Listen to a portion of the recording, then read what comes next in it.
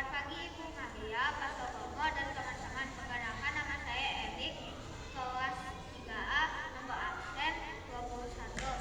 Kali ini saya akan mempresentasikan mata pelajaran PKN dan agama. Bangsa Indonesia memiliki keanekaragaman agama, budaya, dan suku. Agama yang berada di kelas 3A adalah Katolik, Kristen, Islam, Buddha, dan sukunya adalah Jawa, Tionghoa, Batak, dan Sunda. Bangsa negara Indonesia memiliki keanekaragaman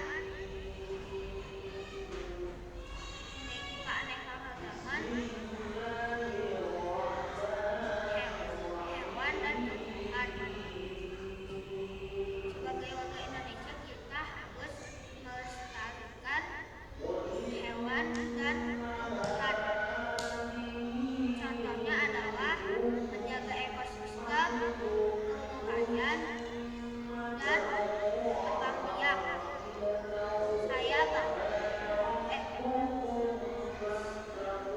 Contoh itu adalah contoh siwa kedua.